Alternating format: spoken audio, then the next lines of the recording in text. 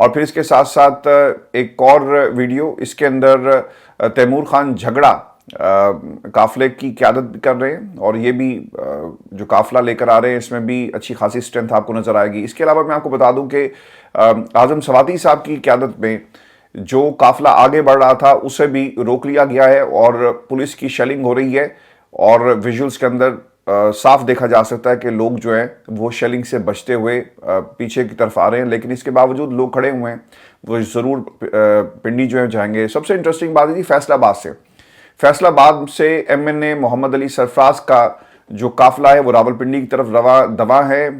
حیرانگی کی بات یہ ہے کہ فیصل آباد میں تو آپ روک سکتے تھے، لیکن وہاں بھی لوگوں کو روکا نہیں جا سکا، اور یہ ایک بڑا قافلہ ہے جو پنڈی کی طرف گامزن ہے۔ اچھا، ایک ویڈیو عمر ایوب خان صاحب نے اسے شیئر کیا ہے، اور یہ بڑی انٹرسٹنگ ہے، کیونکہ ایک طرف عمر ایوب جو ہے وہ بنا رہے تھے ویڈیو اس شیلنگ کی، اور دوسری طرف یہ جگہ میں آپ کو بتا دیتا ہوں جی کہ ہزارہ کے مقام پہ ایکسپریس ہائی وے پر پشاور موٹر وے، وہاں پر یہ شیلنگ ہو رہی ہے، لیکن دوسری طرف عمر ایوب صاحب کھڑے ہیں اور وہ ویڈیو بنا رہے ہیں، اور کسی نے پھر ان کی بھی ویڈیو بنائی کہ عمر ایوب پہنچے ہیں، اپوزیشن لیڈر پہنچا ہوا ہے، یہ کوئی نہ کہے کہ جناب کوئی نکلا نہیں ہے۔ اس کے ساتھ ساتھ جو قافلہ دوسرا ہے جو ایم این اے عاطف کی قیادت میں مردان سے جی نکلا ہے، مردان کے لوگ بڑے ہمیشہ سے عمران خان کے سپاہی رہے، عمران خان کے ساتھ کھڑے رہے، کے پی پورا جی پورا پاکستان، اسے مردان کی بات نہیں ہے، وہ بھی عمران خان کی آواز پہ لبیک کہہ کے باہر نکلا ہے۔ اس کے ساتھ ساتھ جو ایبٹ آباد سے جو پی کے 45 اور این اے 17 کی عوام وہ بھی نکلی، اور یہ ویژولز کوئی پرانے نہیں ہیں، یہ آج کے ویژولز تازہ ویژولز ہیں، جس سے عوام کا پتہ چلتا ہے کہ وہ کس طرح عمران خان سے اور اس ملک کی تقدیر کو بدلنے کے لیے نکلی ہے۔ دیکھیں، یہ جو ہم غصہ ہے نا، یہ عوام کا اب جائز ہے۔ جب آپ احتجاج پر بھی پابندی لگائیں گے اور آپ یہ کہیں کہ یہ ترقی ہے، احتجاج پر پابندی لگانا یہ ترقی نہیں ہے، یہ فسطائیت ہے۔ لوگ اگر سڑکوں پر آئے احتجاج کریں گے، 2 گھنٹے 3 گھنٹے 4-5 نعرے آپ کے خلاف لگائیں گے، آپ برداشت کریں اور گھر چلے جائیں گے، یہی جمہوریت کا حسن ہے۔ کیونکہ کل کو یہ سب کچھ آپ کے ساتھ ہو رہا ہوگا، اور ہوگا، یاد رکھیں، اس سے بھی بدتر ہوگا، پھر آپ کو کوئی بچانے والا نہیں آئے گا۔ کیا کریں گے؟ 3 گھنٹے کا جو حکومت احتجاج برداشت نہیں کر سکتی، وہ کس طرح سے اپوزیشن کے وجود کو برداشت کرے گی، اور اسی لیے یہ اپوزیشن کو کرش کرنے پر تلے ہوئے ہیں۔ آپ نے دیکھ لیا نا کہ آئینی پیکج لانے والی رات جو ایک ناکام کوشش کی گئی، پارلیمان کو آپ نے استعمال کیا، آپ نے پارلیمنٹ لوجز کے اوپر دھاوا بولا، نقاب پوش داخل ہوئے، اور مقصد کیا تھا کہ اپوزیشن وہاں پر موجود ہی نہ ہو جو تنقید کر سکے کہ مسودہ کہاں ہے۔ اور پھر بعد میں پتہ چلا کہ یہ صرف اپوزیشن والے نہیں رو رہے، بلکہ یہ جو فاروق ستار صاحب تھے کھڑے ہوئے، اور اپنی اسی آواز کے اندر انہوں نے کہا جس آواز میں ہمیشہ وہ پاکستان کی عوام کو دھوکہ دیتے رہے کہ جناب آپ کیوں پریشان ہیں، انہوں نے تو مسودہ ہمارے سے بھی شیئر نہیں کیا۔ تو یہ وہ حکومت ہے جو رات کی تاریکی میں 12 بجے سے پہلے اذانوں کے وقت انشاءاللہ یہ باتیں ہمیں سنتے رہے نا کہ آئینی پیکج ہم لے کر آئیں گے۔ تو ویورز، میں آپ کو بتا دوں کہ اب اس احتجاج کو روکنا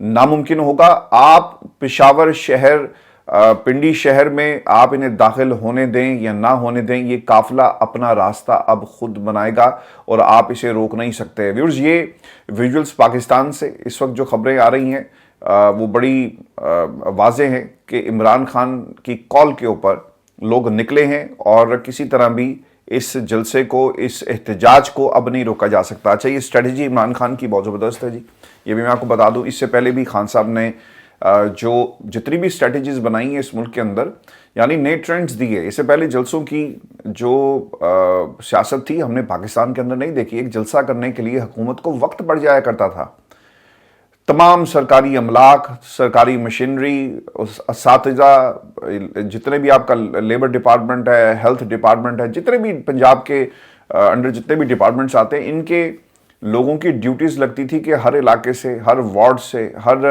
آپ نے یونین کونسل سے اتنے لوگوں کو لانا ہے تاکہ بتایا جا سکے، ایک مصنوعی جمہوریت کا نمونہ پاکستان کی عوام کے سامنے رکھا جا سکے۔ لیکن یہ لوگ صرف عمران خان کی کال پر باہر نکلے، یہ فرق ہے، اور یہی خوف ہے کہ کنٹینرز اس خوف کو کیا روک پائیں گے۔ یہ کنٹینرز جو آپ نے پاکستان تحریک انصاف کے احتجاج کے راستے میں کھڑے کیے، کیا یہ اس انقلاب کو روک پائیں گے؟ میں ہمیشہ یہ کہتا رہا، اور میں اس کے اوپر یہ میرا ایمان بھی ہے کہ 8 فروری کے بعد اگر خان صاحب ایسے کسی بھی دھرنے کی یا کسی بھی احتجاج کی کال دیتے تو آج حالات ملک کے ڈیفرنٹ ہوتے ہیں، چونکہ وہ طاقتیں جنہوں نے یہ پورے کا پورا کھیل کھیلا، اور یہ تیاری 3 برس سے ہو رہی ہے خان صاحب کی حکومت کو گرانے کے بعد مائکرو لیول کے اوپر جا کر.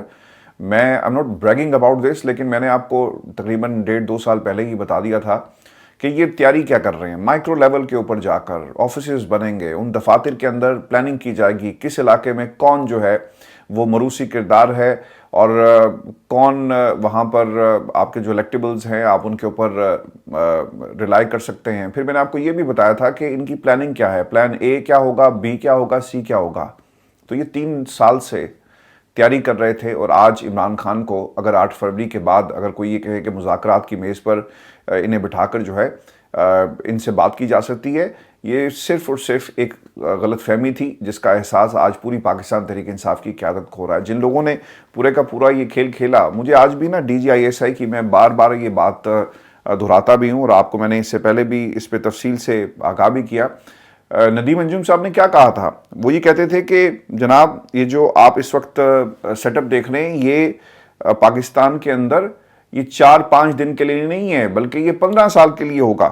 تو آج آپ دیکھ لیں کہ پاکستان کے اندر جو کچھ ہو رہا ہے، جو جس طرح کی فسطائیت اور جو کچھ بھی اس وقت حکومت کر رہی ہے، اس کے پیچھے ایک باقاعدہ پلاننگ تھی. تو یہ دھرنے اور یہ احتجاج اگر اس سے پہلے پاکستان کے اندر 8 فروری کے بعد اگر شروع کر دیے جاتے تو یقیناً آج پاکستان کے اندر حالات ویوز جو ہیں وہ ٹوٹلی ڈیفرنٹ ہوتے اور ہم ایک ڈیفرنٹ پاکستان دیکھ رہے ہوتے. لیکن خیر دیر آئے درست آئے، بہت سارے مواقع تھے جو پاکستان تحریک انصاف نے اس سے پہلے بھی گوائے، اور وہ مواقع اگر آپ انہیں اویل کرتے تو ایک ڈیفرنٹ سچویشن اس وقت ہوتی. لیکن میں آپ کو ایک ویڈیو یہ بھی بتا دوں جو بڑی انٹرسٹنگ ہے. موٹر وے کے اوپر پاک فوج نے بھی عمران خان زندہ باد کے نعرے لگائے. ایک ویژولز جی اس وقت شیئر ہو رہے ہیں جس میں ہمارے جو فوجی بھائی ہیں ان کی گاڑی جا رہی ہے، 2 فوجی بیٹھے ہوئے ہیں. تو پیچھے جو گاڑی تھی اس نے کہا عمران خان زندہ باد، PTI کا جھنڈا تھا تو آگے سے بھی آواز آئی کہ عمران خان زندہ باد. تو دس از دا بیوٹی آف ڈیموکریسی. اسے اسپوائل مت کریں. چند شخصیات کے فیصلے جو ہیں اور جو خبریں لانچ کروائی جاتی ہیں وہ پاکستان کی سالمیت کی علامت نہیں ہیں. جو اگر جب پاکستان ترقی کرے گا، انڈیکیٹرز بہتر ہوں گے، وہ آٹومیٹکلی دنیا بتائے گی. IMF آپ کو آج کیا کہہ رہا ہے کہ جناب پاکستان کی ترقی کے اشارے جو ہیں وہ بڑے واضح ہیں. سرکار انہوں نے تو آپ کو پیسہ دیا، اور میں اکثر اس کتاب کا ذکر کرتا ہوں، میرے پاس اسٹوڈیو میں بھی یہاں کہیں موجود ہوگی، آپ اسے پڑھیں. اکنامک ہٹمینز، اور وہ اس بندے کی کنفیشنز ہیں جو گورنمنٹس کو ٹاپل ڈاؤن کرتا رہا ہے. یہ IMF کیا کرتا ہے، یہ ایشین ڈیولپمنٹ بینک، یہ جتنے بھی بینکس ہیں یہ کیا کرتے ہیں؟ ان کا کام یہ ہے کہ یہ قرضے دیتے ہیں، ان قرضوں کی بنیاد کے اوپر وہاں کی حکومتوں کو کمپرومائز کیا جاتا ہے. آپ جسٹ امیجن کریں ایک گھر کے بجلی کے بل کے اندر بھی فیصلہ آپ کی حکومت نہیں کر رہی بلکہ IMF اس کا فیصلہ کر رہا ہے کہ کتنا بل ہوگا. آپ سبسڈی دینے جا رہے ہیں، خبردار کسی پاکستانی کو سبسڈی دی. تو یہ سب کچھ کیا ہے؟ یہ صرف اور صرف IMF کے کنٹرول کرنے کے، یعنی نیو ورلڈ آرڈر کے اندر اگر کوئی ملک جو صلاحیت رکھتا ہے، وہاں کی عوام صلاحیت رکھتی ہے، جسے کلمے کی بنیاد پر بنایا گیا، جس کے پاس ایٹمی طاقت بھی ہے، جسے آپ نے بھیکاری بنا دیا، آپ اسے کنٹرول کیسے کریں گے؟ چونکہ دنیا پاکستان کو سٹڈی کر رہی ہے جی، اور انہوں نے خوب سٹڈی کیا، یہاں کے حکمرانوں کو بھی سٹڈی کیا کہ حکمرانوں کو کنٹرول کر لو، یہ حکومت پاکستان کی عوام کنٹرول ہو جائے گی. یہاں پر ایسی ڈمیز حکومت لائی جائیں جن کے ذریعے پاکستان کی معیشت کو بھی ہم کنٹرول کر سکتے ہیں، پاکستان کے حالات کو بھی اور پاکستان کے فیصلوں کو بھی کنٹرول کر سکتے ہیں. آج جو پاکستان کا UN کے اندر موقف ہونا چاہیے تھا، ویسا موقف جو ہے وہ ہمیں آج اس سوری ٹو سے وہ نظر نہیں آیا. عمران خان کی آپ تقریر سنیں تو آپ کے نا رونگٹے کھڑے ہو جائیں گے، گوز بمپس آپ فیل کریں گے. کیا کہا عمران خان نے کہ لا الہ الا اللہ محمد رسول اللہ، یہی کہا اس تقریر کے اندر جو یونائٹڈ نیشن میں عمران خان کا خطاب تھا. اور پھر انہوں نے یہ بھی کہا کہ جسٹ امیجن کریں کہ ہم ایٹمی قوت ہیں، اور جو کچھ کشمیر کے اندر ہو رہا ہے، جو کچھ فلسطین کے اندر ہو رہا ہے، خطے کے حالات آپ کنٹرول نہیں کر سکیں گے، چونکہ یہ تعلق کلمے کا جو تعلق ہے اور جو ہماری بقا کا معاملہ بن جائے تو پھر کیا ہوگا؟ اس خطے میں تباہی آئے گی. اور کیا آپ یہ سلوشن چاہتے ہیں؟ تو ان تقریروں کو اور آج کے فگرز کو دیکھیں تو ویورز اس میں زمین آسمان کا فرق ہے، اور یہ فگرز ہمیں کیا بتا رہے ہیں یہ بھی بہت انٹرسٹنگ ہے، یہ بھی میں آپ کو بتا دیتا ہوں۔ اچھا، ایک جو فگرز جو کوٹ ہوئے، ایک تو ٹاپ ٹرینڈ اس وقت پاکستان کے اندر کیا کر رہا ہے، خان کی پکار پر لبیک، خان کی کال حاضر عوام، راولپنڈی چلو چلو راولپنڈی، اس وقت پاکستان کے اندر ٹاپ ٹرینڈ کر رہا ہے۔ اور اس کے ساتھ ساتھ جو خان صاحب کی تقریر تھی، ایک کمپیریزن، یہ ہم نہ بھی چاہیں نا سر تو یہ ہو جاتا ہے کمپیریزن آٹومیٹکلی، اور پاکستان سے باہر بھی لوگوں نے کمپیریزن تو کیا ہوگا نا۔ یہ کیسے ہو سکتا ہے کہ آپ عطا تارڑ صاحب کو لے کے جائیں اینڈ کمپنی جو وہاں پر موجود تھی، اور وہ کہے کہ خان صاحب، نواز شریف صاحب نے بڑی اچھی تقریر، شہباز شریف صاحب نے بڑی اچھی تقریر کی، لیکن فگرز کچھ اور بتاتی ہیں۔ If you go back in history, اور شہباز شریف صاحب کی یونائٹڈ نیشن کی سپیچ 21 چینلز پر چلی جی، اور اس کے تقریباً 1,83,000 ویوز ہیں جو آئے سر۔ اس سے زیادہ تو میری ویڈیوز کے آ جاتے ہیں، تو 1,83,000 ویوز آئے۔